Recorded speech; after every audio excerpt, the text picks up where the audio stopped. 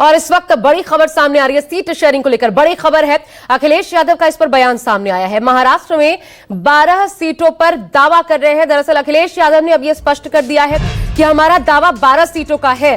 12 सीटों पर हमारे संगठन ने उम्मीदवार भी तय कर दिए हैं। यूपी में कांग्रेस से लगातार इधर बातचीत हो रही है, बातचीत हो जाएगी, बातचीत करेंगे, ये अखिलेश यादव कह रहे हैं। गोलमोल जवाब देते अखिलेश यादव यूपी को लेकर, लेकिन देखिए महाराष्ट्र पर बिल्कुल स्पष्ट उनका कहना है 12 सीटों पर लड़ेंगे। हमारी बातचीत संगठन से हो गई है। अभी आपको याद होगा धुले पहुंचे थे, मालेगांव में थे, धुले में थे अखिलेश यादव। उन्होंने अपने प्रचार अभियान की शुरुआत की थी उन सीटों पर जहां पर दमखम रखती है पार्टी, वहां से। हमारे प्रदेश के अध्यक्ष ने जो संगठन और जो प्रत्याशी तय किए हैं वो 12 सीटों पे किए हैं। हमें उम्मीद है कि समाजवादी पार्टी को वहां पर सीटें मिलेंगी और हम लोग चुनाव लड़ेंगे। सीटों पे उपचुनाव होने वाला है, उसमें कांग्रेस के साथ अभी किस तरह का गठबंधन, क्योंकि वो 5 सीट की शुरुआत में बात कर रहे थे अभी, लेकिन क्या बात हो रही है? लगातार बातचीत हो रही है, हो जाएगी, बातचीत करेंगे।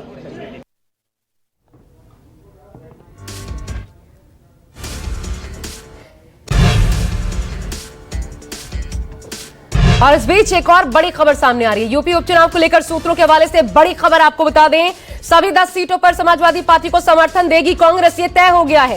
कांग्रेस समर्थन देगी, यानी चुनाव नहीं लड़ेगी, बिना शर्त के समर्थन देने की तैयारी में है ये कांग्रेस। विधानसभा उपचुनाव नहीं लड़ेगी कांग्रेस। जल्द ऐलान भी किया जा सकता है पार्टी की तरफ से। आपको याद होगा खैर और गाजियाबाद 2 ही सीटें जो समाजवादी पार्टी देने को तैयार थी। मानस श्रीवास्तव मेरे साथ, हमारे संवाददाता इस पर ज्यादा जानकारी के साथ जुड़ रहे हैं। मानस, बड़ी खबर है, नाराजगी साफ तौर पर जिसकी वजह से खुद को अलग कर रही है कांग्रेस इस उपचुनाव से।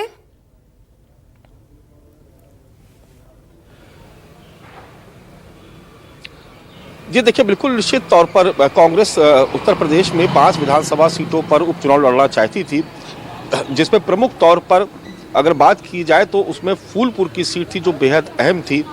मझवा की सीट पर खुद अजय राय चुनाव लड़ना चाहते थे, लेकिन जिस तरीके से एक तरफा तरीके से समाजवादी पार्टी ने अपने उम्मीदवारों की सूची जारी कर दी, उसके बाद से जो तकरार थी वो दोनों तरफ से शुरू हो गई। हालांकि बहुत खुलकर के बयान नहीं दिए गए, लेकिन ढके छुपे शब्दों में ये तकरार चल रही थी। और अब जबकि समाजवादी पार्टी ने ये तय कर लिया था कि उसने 8 सीटों पर एक तरीके से अपने उम्मीदवार तय कर दिए थे, अब बस 2 सीटें बची थी, एक खैर और दूसरी गाजियाबाद।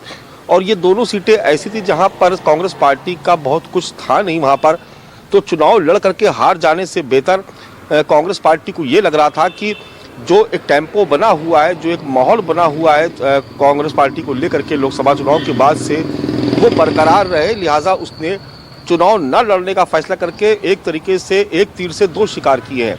पहली बात तो अगर वो चुनाव लड़के वो हार जाती तो उससे कार्यकर्ता बेहद हतोत्साहित होते।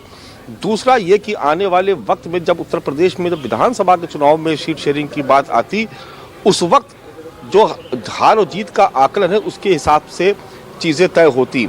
ऐसे में कांग्रेस पार्टी ने एक तरीके का नैतिक दबाव बनाने की कोशिश की यहाँ समाजवादी पार्टी पर, और ये तय किया कि वो चुनाव लड़ेगी ही नहीं उत्तर प्रदेश में, और सभी 10 सीटों पर समाजवादी पार्टी को समर्थन दे देगी।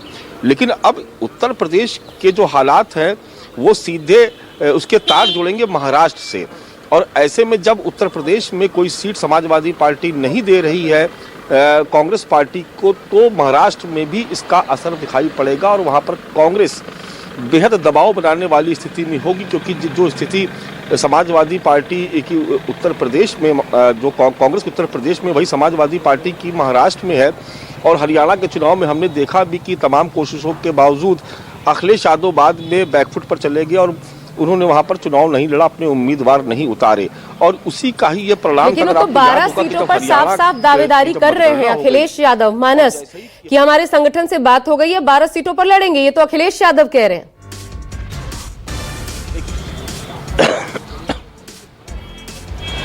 जी देखिए, बिल्कुल समाजवादी पार्टी अपने दबाव बनाने में कोई कमी नहीं रखेगी, क्योंकि उसके सामने देखिए मध्य प्रदेश का भी उदाहरण हम लोगों को भूलना नहीं चाहिए, जहां पर कांग्रेस ने 1 सीट देने से मना किया, वहां पर कितने सारे उम्मीदवार समाजवादी पार्टी ने उतार दिए, और नतीजा क्या हुआ कि बहुत सारी सीटों पर ऐसे वोट कटे कि वहां पर कांग्रेस की सरकार बनते बनते रह गई।